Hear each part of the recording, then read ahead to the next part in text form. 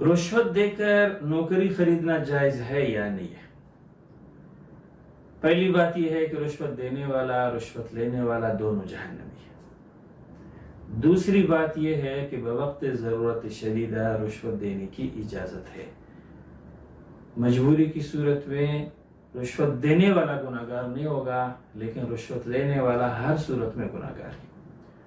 اور مجبوری یہ ہے کہ آپ کا ایک حق ہے، ثابت ہے، اور تمام شرائط بھی پورے ہیں، پھر بھی آپ کو حق نہیں دیا جا رہا، آپ سے رشوت طلب کیا جاتا ہے، پھر ایسی صورت میں آپ مجبور ہیں رشوت دے کر اپنا حق وصول کریں۔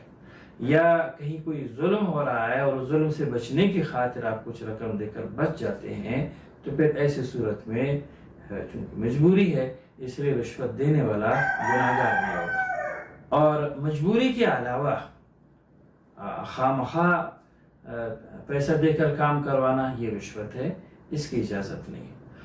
اور ایک بندہ ایک کام کر رہا ہے، اس کام کی وجہ سے تنخواہ دی جا رہی ہے، لیکن پھر بھی وہ کام نہیں کرتا، اس کام کے لیے تنخواہ سے ہٹ کر بھی رقم کا مطالبہ کرتا ہے، تو ایسی صورت میں اس کے لیے یہ رقم رشوت کے حکم میں ہے اور لینا جائز نہیں ہے۔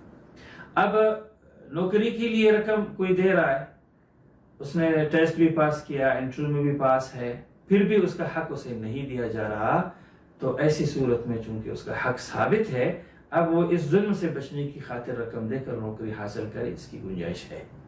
لیکن اگر کسی نے ٹیسٹ اب تک دیا نہیں ہے، پہلے سے اسی فکر میں ہے کہ میں رقم دے کر نوکری حاصل کروں، جیسے عام طور پر یہ ہو رہا ہے، تو پھر یہ جائز نہیں۔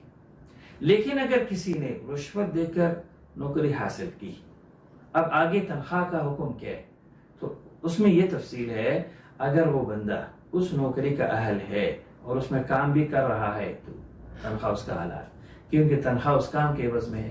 لیکن اگر وہ اس کا اہل ہی نہیں، یہ اہل تو ہے لیکن کام نہیں کرتا، پھر تنخواہ حرام ہے۔ مثال کے طور پر ایجوکیشن میں نوکری ملی، اب وہ بالکل پڑھا لکھا ہے ہی نہیں، تو اہل نہیں ہوا، اب اس کا تنخواہ کیسے حلال ہوگی؟ یا تعلیم یافتہ ہے، اہل تو ہے لیکن وہ کام نہیں کرتا، پڑھانے نہیں جا رہا ہے، تو پھر ایسی صورت میں بھی اس کی تنخواہ حلال نہیں ہوگی۔ بس اوقات لوگ نوکری حاصل کر لیتے ہیں، پھر اپنی جگہ کسی اور کو رکھ لیتے ہیں، جسے عوضی کہا جاتا ہے۔ عوضی کی اجازت اگر محکمے کی طرف سے ہے اور باقاعدہ اس کی تحریر موجود ہے، ثبوت موجود ہے کہ اجازت ہے آپ کسی کو اپنی جگہ پہ لے آئے، عموماً ایسا تو ہوتا نہیں ہے، لیکن اگر ایسی اجازت ہو تب ٹھیک ہے۔ لیکن اگر ایسی اجازت نہیں ہے، جیسے عموماً منع ہے یہ چیزیں، عوضی کی اجازت کوئی نہیں دیتا، تو عوضی بندہ رکھنا اور اسے تنخواہ دینا اور پھر بقا اپنے لیے اٹھانا یہ جائز نہیں۔ مثال کے طور پر ایک بندہ پڑھا رہا ہے اسکول میں، 60,000 اس کی تنخواہ ہے، لیکن اب وہ کسی اور کو 10-15,000 دے کر اپنی جگہ بھیجتا ہے کہ آپ جائے اسکول میں بچوں کو پڑھائے اور میں کوئی اور کام کاج کرتا ہوں۔ اب 60,000 جب وصول کر لیتا ہے، 10-15,000 اسی عوضی کو دے دیتا ہے اور باقی اپنے لیے رکھ لیتا ہے، حالانکہ اس نے کوئی کام کیا بھی نہیں ہے۔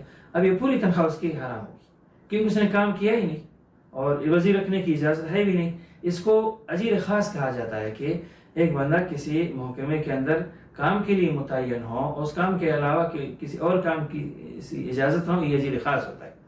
اجیر خاص کے لیے ضروری ہے کہ اس وقت میں اس موقع پر اسے پہنچنا چاہیے، آگے یہ محکمہ سے کام لے یا نہ لے اس کا کام ہے، لیکن اس کا حاضر ہونا ضروری ہے، اور غیر حاضر ہوگی اور بغیر اجازت کے پھر اس کی تنخواہ حلال نہیں ہوگی۔